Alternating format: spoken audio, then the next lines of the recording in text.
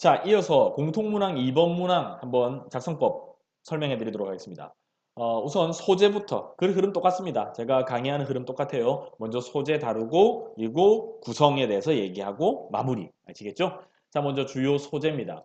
자, 2번 문항의 경우에는 본인이 3년간 의미를 두고 했던 활동 3개 이내로 적어야 되는 겁니다. 자, 그런데 여러분들이 여기에서 본심을 들키는 거죠. 자, 우리는 어떤 일에 의미를 두죠? 그렇죠. 내가 뭐 중요하다고 생각하거나 내가 흥미가 있거나 내가 관심이 있거나 아니면 내가 재미를 느끼거나 어쨌든 이러한 요소가 있어야만 내가 그죠? 의미를 두고 열심히 활동을 하겠죠. 그렇다면 내가 굳이 의미를 두지 않는다라고 하면 재미없거나 뭐 이런 것들은 내가 의미를 두지 않을 거예요. 그래서 여기서 이번 문항에서 여러분들이 내 스스로 생각해 봤을 때 3년간 고교 생활에서 내가 의미를 두고 최선의 노력을 다했던 활동 적는데 그 글을 통해서 그 소재를 통해서 여러분들이 평소에 무엇을 중요시 여기고 무엇에 흥미와 관심과 재미를 느끼는지가 다 노출되는 거예요. 그래서 여러분들이 어떻게 보면 이번 문항 같은 경우는 여러분의 전공 공부와 직간접적으로 관련되는 어떤 그러한 활동을 어필해 주셔야 됩니다. 자, 그런데 일반적으로는 교내 활동을 많이 다루고요. 이번 문항에 단서 조항이 있죠. 학교장의 허락을 얻은 교회 활동의 경우에는 기재가 가능하다. 이거 가지고 질문하는 친구들이 많은데요. 어, 좀 어렵게, 좀 직설적으로 풀어 설명하면 학교장의 허락을 얻은 활동은 생활기록부에 다 기재가 됩니다. 무슨 말이냐면 이번 문항 같은 경우는 대학에서도 꽤나 중요시 여기는 문항입니다. 그렇기 때문에 학생이 거짓으로 거짓된 내용을 적게 되면은 굉장히 어떤 학생 선발 과정에서 문제가 되겠죠. 그래서 크로스 체크를 할 거예요. 근데 여러분들이 제출한 자료, 자소서의 내용에 진위 여부를 크로스 체크한다? 뭐 가지고 할까요? 당연히 생활기록부가겠죠. 그렇다면 이번 문항은 생활기록부에 기재가 되지 않는 내용이라고 하면 아무래도 신빙성이 떨어진다라고 보겠죠. 그렇죠. 그렇기 때문에 대학 입장에서는 학생의 생활기록부에 기재된 내용이 실려야 된다고 판단했을 겁니다. 그렇다면 어떤 내용이 생활기록부에 기재되느냐? 학교장의 허락을 얻은 교내외 활동이죠. 쉽게 말씀드리면 이런 거예요.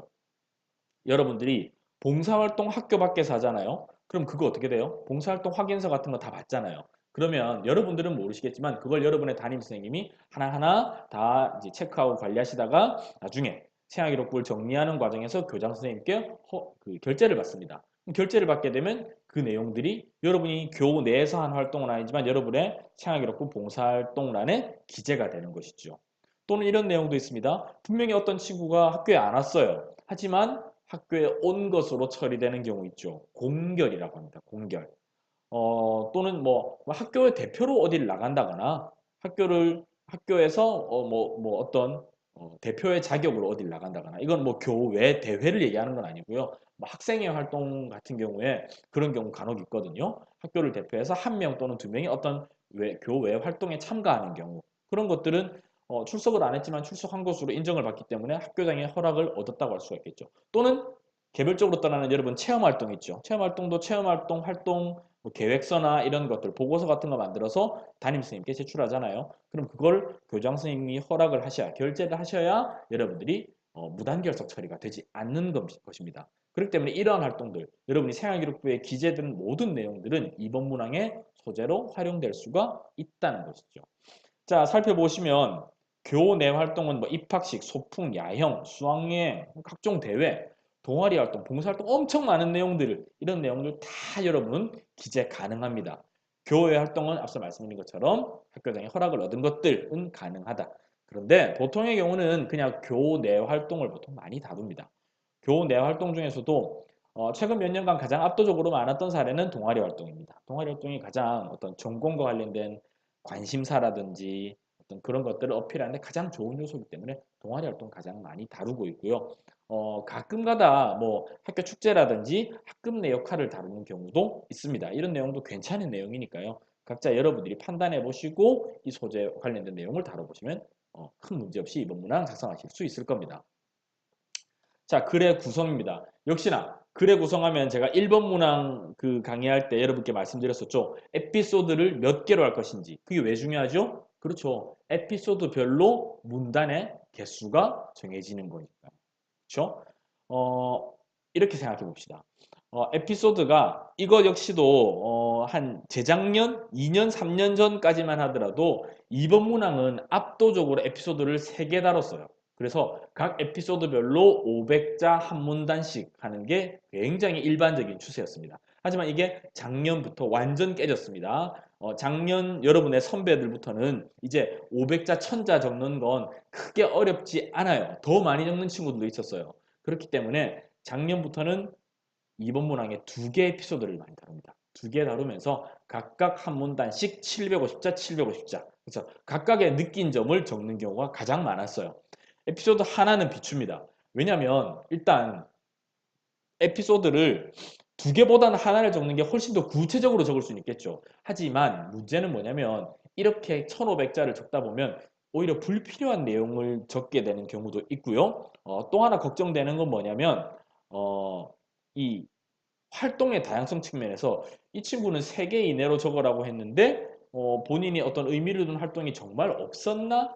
라는 어떤 그런 의구심을 심어줄 수가 있다는 것이죠. 그래서 이번 문항은 제가 컨설팅을 여러 차례 뭐 1년에도 수십 수백 번의 컨설팅을 하는데 지난해부터 흐름 완전 바뀌었습니다. 무조건 에피소드 2개 각각 한 문단 한 문단 750자씩 해서 내용 다뤄주시는 걸 추천해 드립니다. 아시겠죠?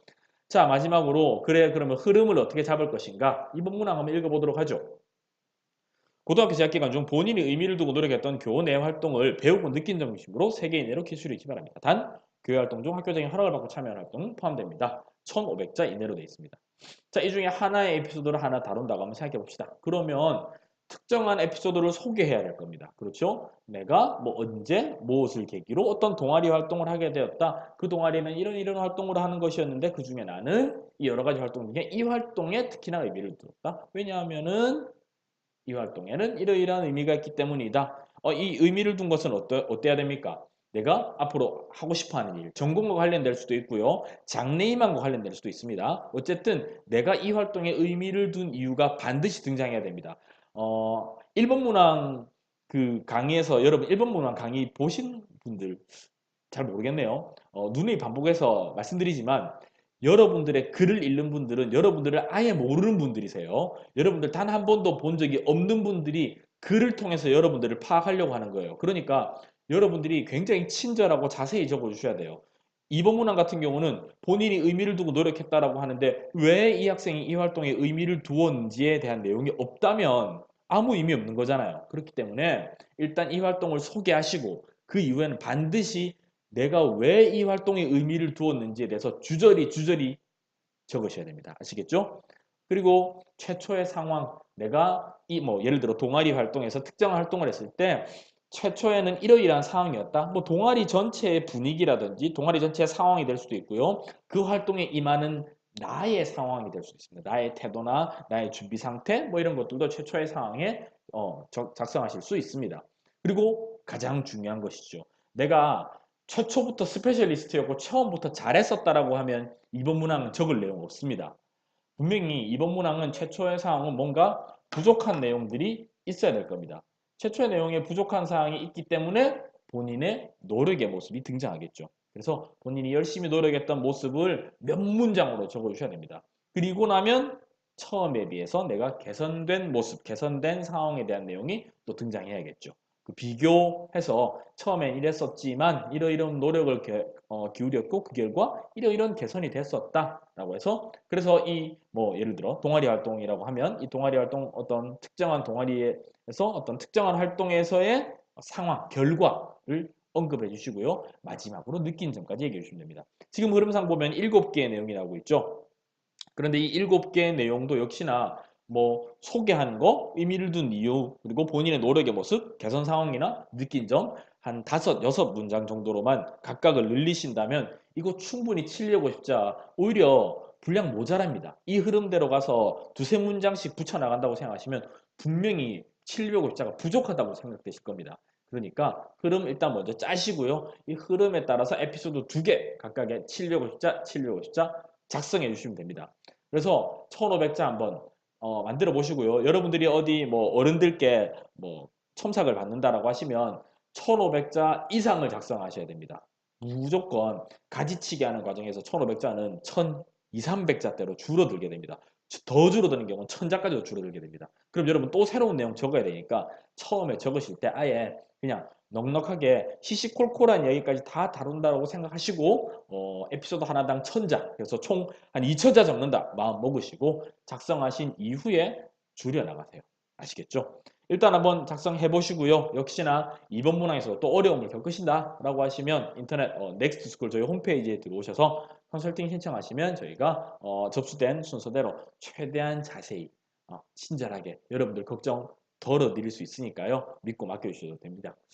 2번 문항 일단 여기까지 하는 걸로 하고요. 잠시 쉬었다가 또 3번 문항 넘어가도록 하겠습니다. 제가 계속 연속해서 마음이 급하다 보니까 입이 막 풀려서 주저리 얘기하고 있는 것 같아요. 잠시 저도 쉬었다가 3번 문항 작성 방법 여러분께 설명해 드리도록 하겠습니다. 잠시 후에 뵙도록 하겠습니다.